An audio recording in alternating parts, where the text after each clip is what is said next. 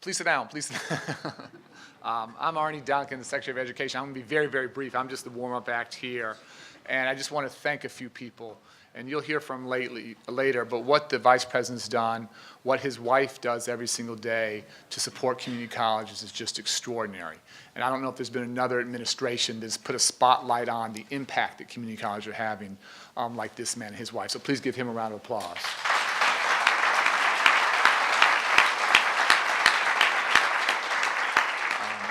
And these grants, I feel a little bit weird talking about because it's not my money, it's Tom's money. So Tom's really Santa Claus here. It's your money.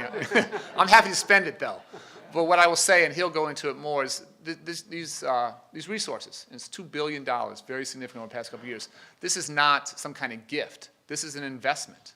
This is an investment in school leaders, in businesses, in people who are trying to do things in a very, very different way. And I've been to dozens and dozens of community colleges, and they are some of the most inspiring visits that I have anywhere I go. You see 18-year-olds, you see 38-year-olds, you see 58-year-olds. You see people from all walks of life. It's like a mini United Nations. And everyone is trying to take that next step up the economic ladder. And green energy jobs, IT jobs, advanced manufacturing jobs, healthcare jobs. Where community colleges are doing extraordinary work, they are literally becoming economic engines in their community. Businesses are coming to those communities because of the real training that community colleges is providing to help real people get real jobs. So this is an investment in all of your leadership, in creativity, in hard work. This is the right thing to do for me. It's the ultimate triumph in common sense. I'm so proud of what you guys are doing to help strengthen families, strengthen communities, and ultimately strengthen the nation. It's my honor to introduce the guy who's doing the real hard work here, and that's my good friend, Secretary Perez. He has reinvigorated the Department of Labor. He is driving this work every single day. It's not some kind of just like intellectual issue for him. This is a real passion. It comes from his heart. He knows what our country needs. He knows how to be a good partner. He knows the real work doesn't happen here in Washington. It's empowering all of you in real communities to give people a chance to be successful. Please give a warm round of applause to my good friend, Tom Perez. All right. Good afternoon. I had a little bit of throat surgery a couple weeks ago, so if I sound a little like, Vito Corleone, I want to apologize in advance, but I do want to assure all of you that my support today for community colleges and for this TAACCCT program is absolutely full-throated, notwithstanding the absence of a full throat. It is, I want to underscore my thanks to my friend and colleague, Arnie Duncan. You know, education is lifelong. It's cradle to grave. My mother started college the same year I started college because she didn't have an opportunity to go when she was a kid. And so I learned, from a personal level that education indeed is lifelong. And I have learned so much from working with the Vice President and his wife on these issues, because this is really a conversation about the middle class. What does it mean to be the middle class in America in the year 2014, in the year 2024, all of that? That's really what we're doing. And my favorite trips, some of my favorite trips have been not only with the Vice President, but with Dr. Biden. And you go to these community colleges, and all of a sudden the light bulb goes off when people in the audience realize that she's not only the Second Lady of the United States, but she has a full-time other job teaching at a community college. And they raise their hand, are you teaching now? You're on a leave of absence, right? No, I'm teaching tomorrow and I'll be grading papers on the plane ride home. That's what she tells them. And that's why it's just been such a pleasure, because the Vice President and the President understand that this is about strengthening and growing the middle class. When I was a kid in Buffalo, a 10th grade education or a high school education, you could punch your ticket to the middle class at Bethlehem Steel, Republic Steel, the Ford Stamping Plant, Harrison Radiator, or any other number of places. But, today's a different world. And we've got to understand that. And that is what this program is about. And the 60% of the 2020 workforce was already in the workforce in 2010. And so what that means is that the joint venture that the Department of Education and the Department of Labor have is indeed a joint venture, because for so many people, the K-12 system is already in the rearview mirror, and the challenge for us is to make sure that the jobs of the 21st century are accessible to all of them. And here's the good news. Everywhere we go, when we travel, remember traveling to New Hampshire with you, Mr. Vice President, you hear the bullishness and optimism in the voices of employers. You see it in the data with the 54 consecutive months of private sector job growth, over 10 million jobs. We haven't seen that amount of growth since the late 90s. And the investments led by Secretary Duncan over at the Department of Education and led by the President and the Vice President are really paying off. And what I hear from employers is that I want to grow my business. I'm bullish about the future. And what I made sure I need is we need that steady pipeline of skilled workers. And that's what the TAACCCT program has been about. This is round 4. And what we are in the middle of, my friends, is an unmistakable revolution and transformation of how we are educating our people to compete for the jobs of the 21st century and punch their ticket to the middle class. I know a lot of folks in this audience. I've been to Warwick Community College on the Eastern Shore of Maryland. I see how absolutely deft these community college leaders are in understanding demand needs. Today's paradigm is not yesterday's paradigm. Yesterday's paradigm was train and pray. You know, we have training programs and we pray that there are jobs out there.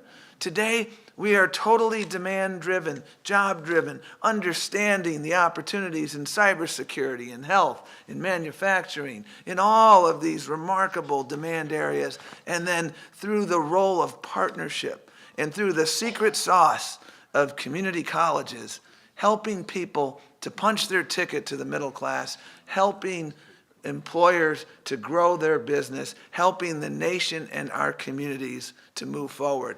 So what this really is, this is kind of like, you know, Dwight Eisenhower built the highway infrastructure in the 50s, and we're building the new infrastructure of adult training and education in the 21st century, and the TAACCCT program, and the bipartisan partnerships we've had in Congress. Not a lot of times when the president comes into a room to sign a bill and there's overwhelmingly bipartisan support, because we understand that if we are to compete in the 21st century, we've got to construct a 21st century education infrastructure. And community colleges, they get it. You are always at the forefront of innovation and partnership. And these grants, I'm so grateful. So many of my colleagues at the Department of Labor and at the Department of Education, it is not easy to review these grants. And the reason it's not easy is because the grant applications keep getting better and better, because you're learning more and more. And for every grant recipient, there are so many other worthy applicants for whom we ran out of money. And that's good news. And so we're going to be working with everyone.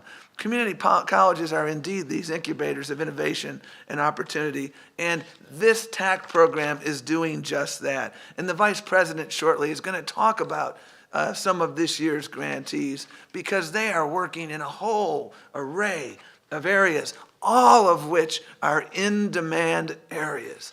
And what that means is people are going to have access to skills that will enable them to get a job tomorrow and punch their ticket to the middle class. And just in case you wonder whether I mean that, let me introduce the two people who are going to introduce the Vice President.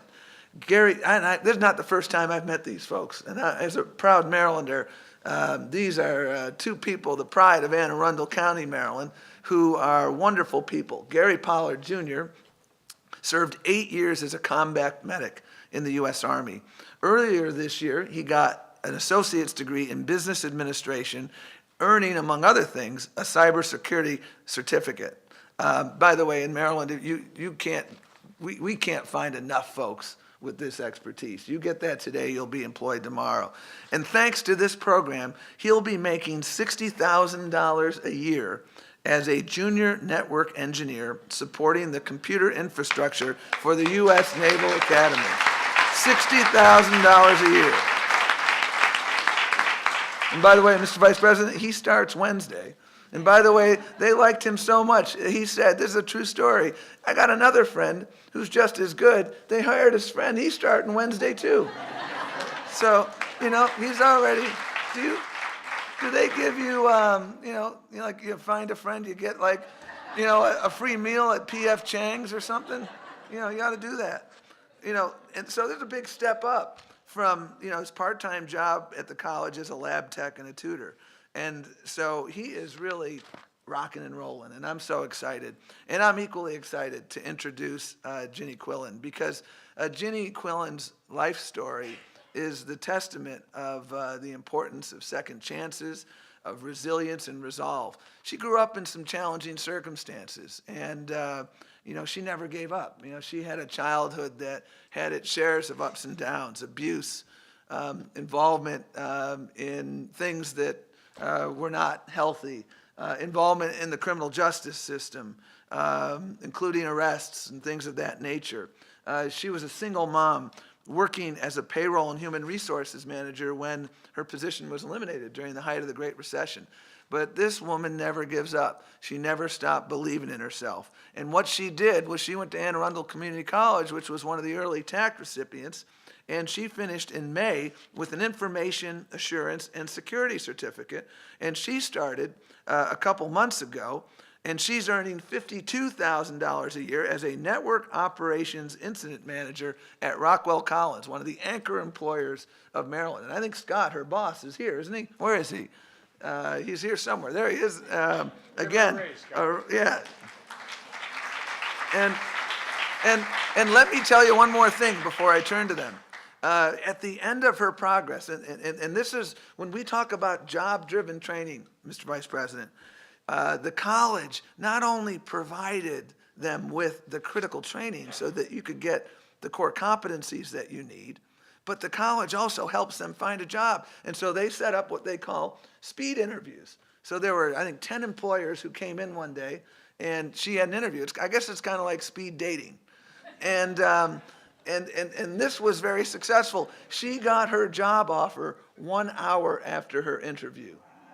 And that is what the definition of job-driven training is about, because it's a means to an end. It's about allowing people to punch their ticket to the middle class. And so with that, it gives me great pride to bring up our two wonderful people, Gary and Ginny, so that they can introduce the Vice President of the United States.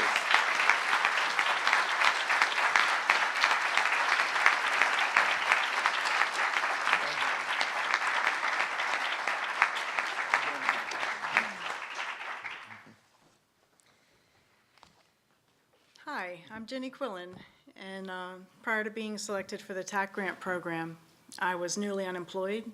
I was a single parent with responsibilities and bills that I couldn't meet, a home that was moving towards foreclosure, and no immediate prospects for employment. I previously earned a bachelor's degree in business, but in an oversaturated job market with so many people vying for employment, I felt disadvantaged at the hiring table due to unique challenges from my past. I realized that I needed different career skills to move forward. So committing to the National STEM Consortium's Information Assurance and Cybersecurity program gave me the skills to build a career. And I love this career. I enjoy working in and am committed to increasing my knowledge in my area of focus. I wouldn't have considered pursuing education while unemployed if not for the grant. I hope the funding continues. I do. I hope it continues to be available for others because I know the change that it made in my life. And I believe funding sources like the TAACCCT grant help make our community and country stronger by addressing areas of need in our labor markets and educating people with those specific skills and putting them back to work. All of us benefit from that. Thank you.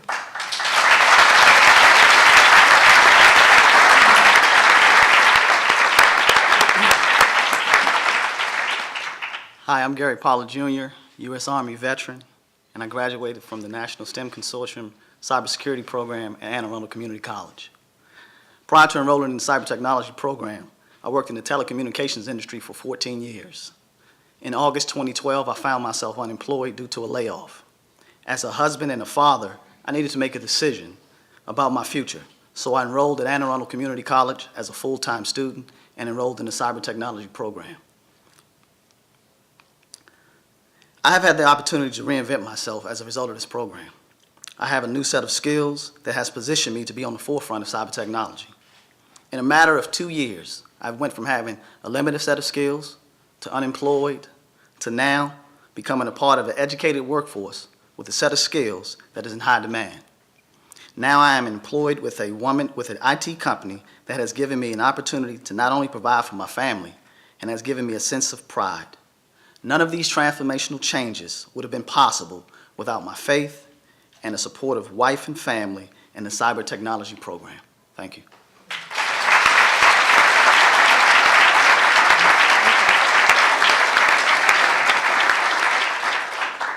So, ladies and gentlemen, we would like to introduce The Vice President of the United States, Joe Joe Biden. Biden. Great job, kid.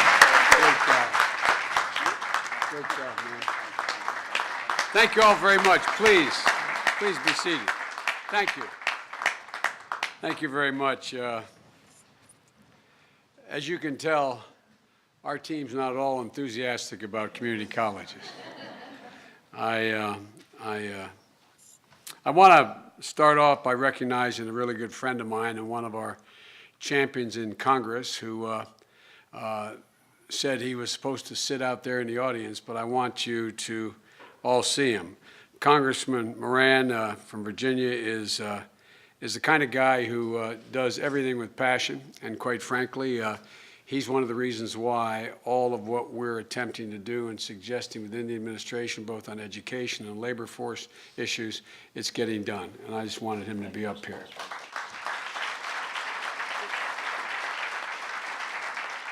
And the congressman pointed out I should talk about the Vets Reentry Program, but I'm afraid, which is really important, but I'm afraid your physical constitutions may recede before your intellectual interest peaks. So I'm gonna leave that for the moment. Gary and Ginny, thank you very much. You're what this is all about, but quite frankly, I think you represent the average American. The average American who I often hear other people saying, folks don't want to work. I tell you what, it's never been a good bet to bet against the American people. I've not seen anywhere I've gone, and Arnie and I and the Secretary and I have gone all over the country, and we've done multiple events together. And everywhere I go, from my old neighborhood in Claymont, Delaware, to all the way to Texas, state of Washington, even in Cape Cod. Would you smile a little bit, Mr. President? I think we mustn't have given the president of Cape Cod Community College enough money because he hadn't smiled once today. He is so serious. Maybe that's just that Brahmin thing. I don't know what it is. You know what I mean? You got to smile a little bit, man. Okay, I'm with you. All kidding aside, look. The one thing I want to disabuse, and you are disabused some of our colleagues of, the American people are not afraid of work. They just want a fair shot. And you have, because I'm preaching to the converted here, you see women and men coming back to school, taking a chance. And the chance they're taking is their pride. They've been out of school 5, 10, 15 years. They want to provide for their families. And they're going back into an educational circumstance, an institution, that maybe they didn't do very well in 5, 10, 20 years ago. It takes a lot of courage. It takes a lot of intestinal fortitude to put yourself in the line like that, in front of your children, your spouses, your neighbors. And I think we vastly underestimate that. I think we vastly underestimate that. And you know, the resolve of the folks, American people out there, is one that is backed up by just a whole lot of courage and a whole lot of commitment. And Jenny, you're an inspiration. It takes a lot of courage to do what you've done, raising a family. First of all, getting your bachelor's degree, then saddling up again and going back again.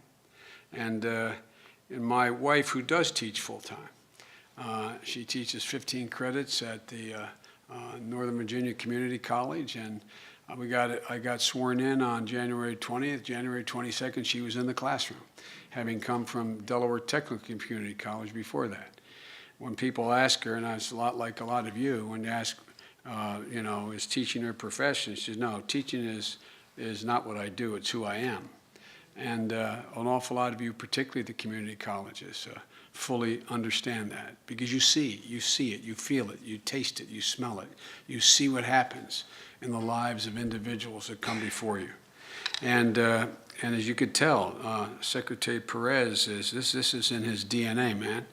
And the same way with Arnie. You've seen two of the finest, and I mean this, I'm not being silly, you don't hear me say this all the time, two of the finest cabinet level officials that I've ever worked with, and I've worked with 8 presidents. These gentlemen are not only smart as hell, in spite of the fact he went to Brown and he went to Harvard. They didn't go to a great state schools like I did, but really, but the thing about it is, and you can tell when you see them in your schools, their passion for this. They believe, but most of all, they believe in the American people. They believe people are ready to stand up. And that's why we're going to succeed, because the American people.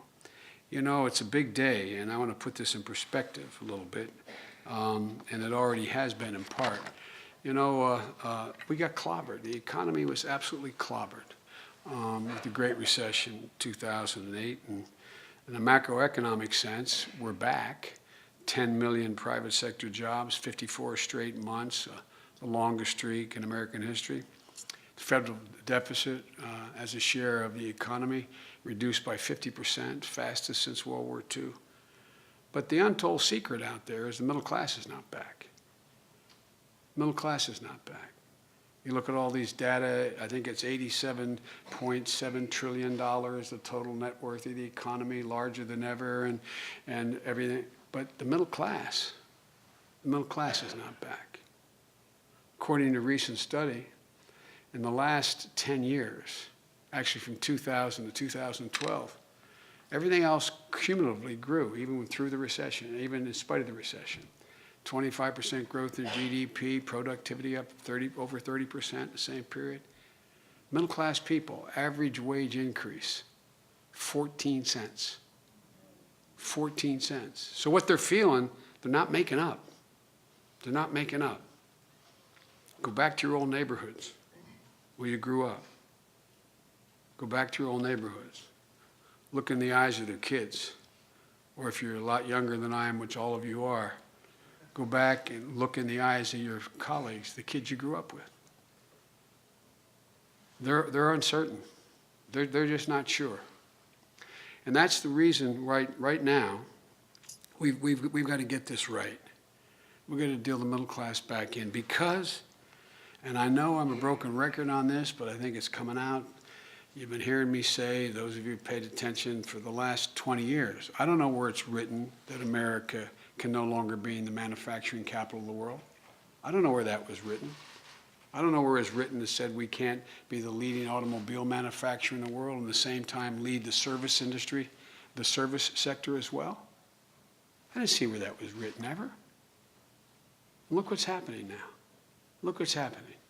America, not because we grew 4.6%, America is better positioned than any country in the world, any region of the world, to be the economic epicenter of growth for the 21st century, at least the first half of the 21st century. And there's a reason for that.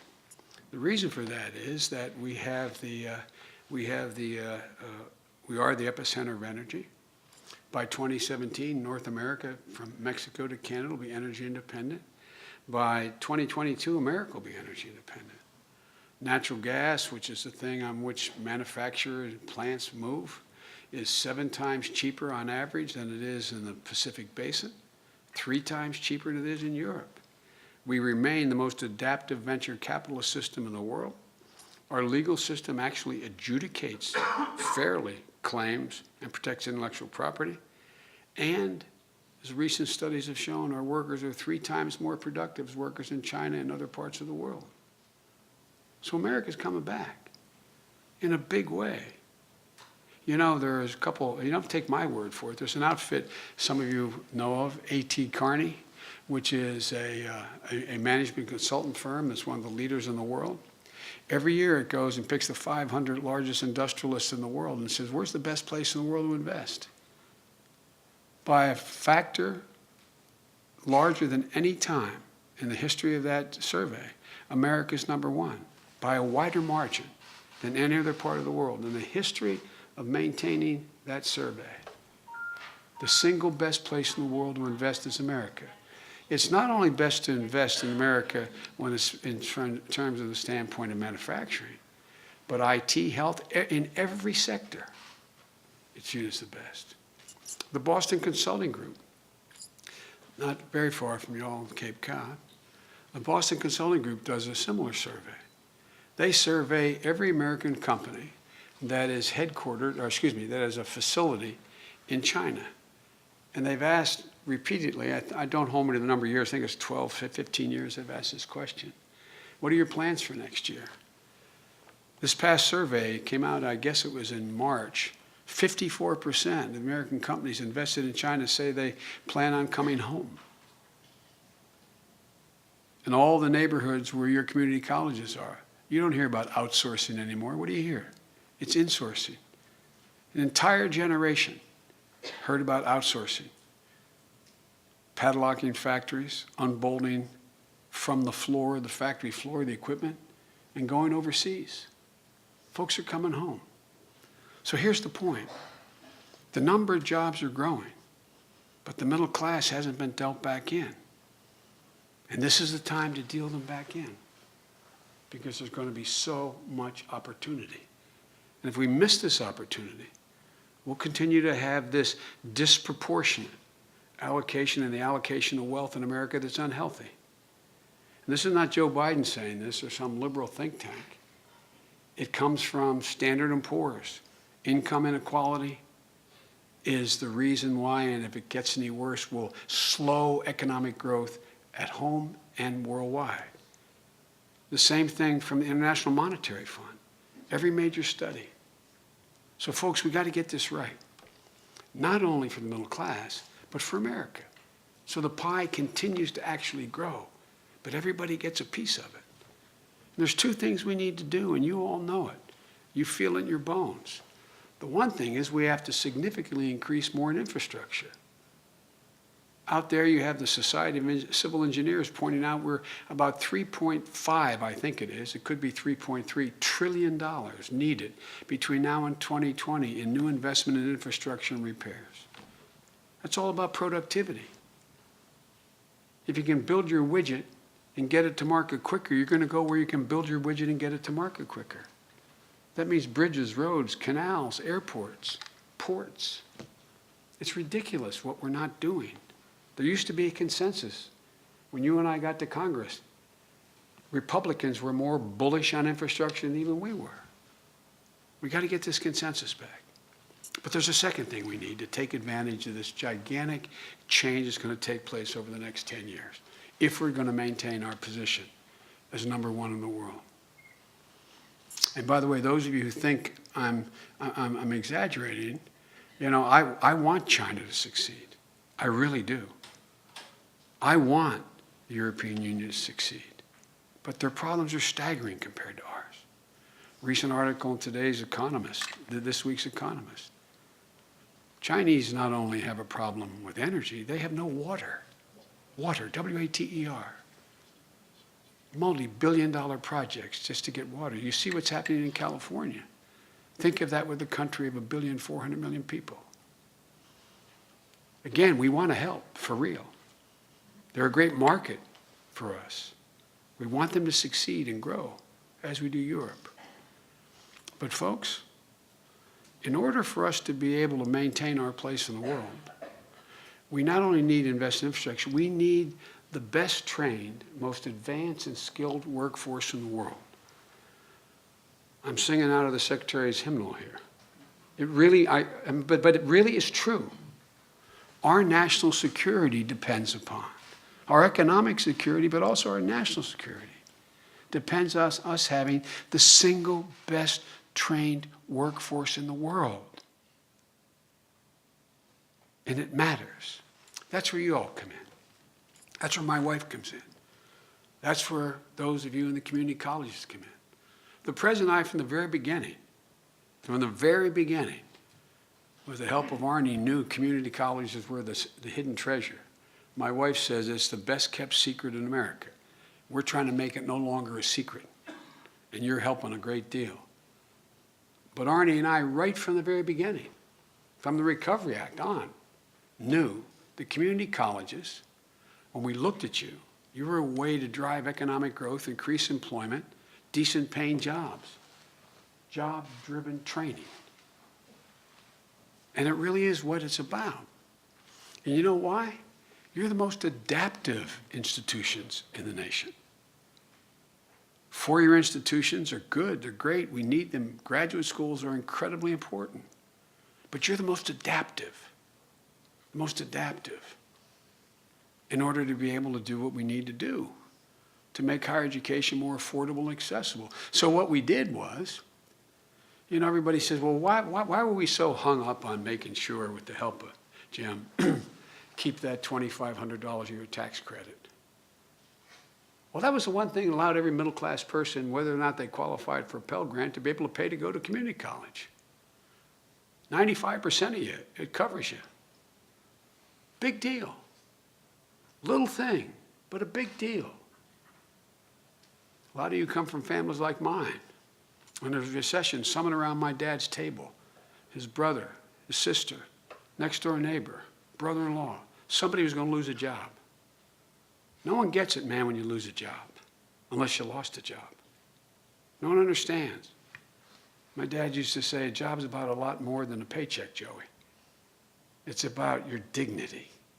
It's about your place in the community. It's about who you are. It's about how you perceive yourself. We know everybody's more than their job, but in our culture, it's a really, really big thing. So that's why we made these historic investments in Pell Grants as well, increasing the maximum amount by $1,000. We capped federal loan repayment, 10% of your income.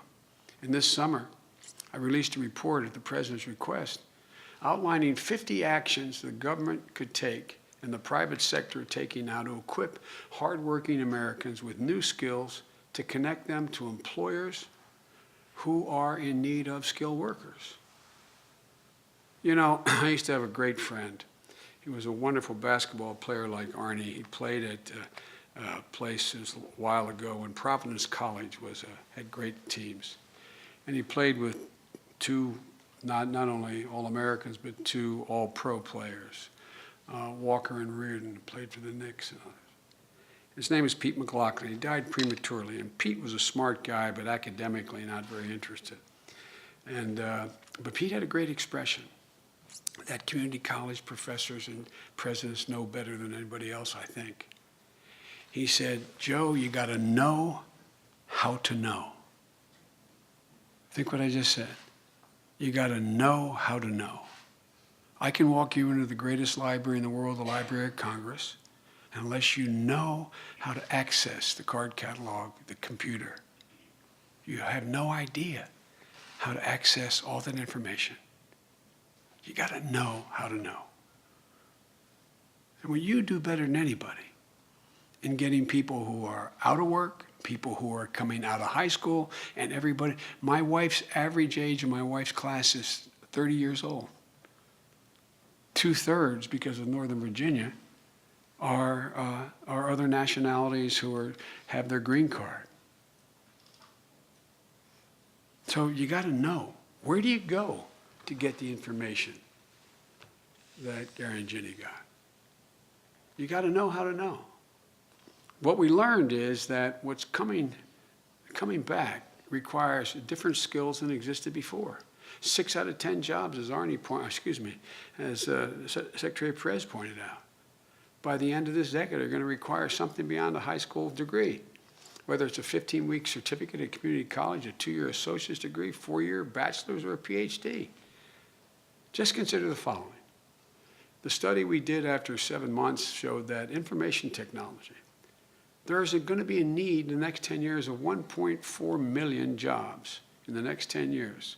Software developers making $60,000 a year typically needs a bachelor's degree, but computer network specialists, the average salary is $59,000. You don't need a college degree. You don't need a bachelor's, but a 2-year degree. Healthcare. You need another 64,000 dental hygienists just in the near term. Salary $70,000 a year, median salary. Can be trained at community college. Registered nurses. We're almost 600,000 registered nurses short in the near term. $65,000 to $75,000 a year. Advanced manufacturing. There's 100,000 jobs right now as I speak going unfilled because they lack the skilled workers. Some require a bachelor's degree, but most don't even require a 2-year degree. An incredible number need a 15-week, 18-week, 4-month certificate. There's incredible opportunities for workers and businesses. The companies, the educational system at every level of government, we need to rethink how we're helping more folks move toward the opportunities that already exist and the ones that are coming. That's why today's a pretty big day. A key strategy in building partnerships between community colleges, employers, labor groups, and other local leaders who work together to, one, figure out what skills local employers are looking for, to begin to design new curricula to help students meet those skills. So back in April, the Community College of Allegheny County in Pennsylvania, the president and I announced that there were going to be these grants. There'll be 4 rounds of these grants. We've invested nearly $2 billion, thanks to the Congress and others. About 700 colleges that have partnered with businesses to train workers in demand-oriented jobs. In this 4th round, we're announcing today that we're investing almost $500 million in 71 community colleges and business partnerships. That may include other partners like unions and workforce boards. Jill and I saw this kind of successful partnership at Monroe Community College up in Rochester, and we were up there together, which partnered with the optics industry. The community college initiated going out because it used to be, you talked about Buffalo. It used to be in Rochester, there were a lot of really good middle-class jobs. I don't know how many people Kodak employed, but it was in the well over 10,000. It may have been close to 35. Don't hold me to the number, but a lot of people. Bausch and Lomb, great jobs.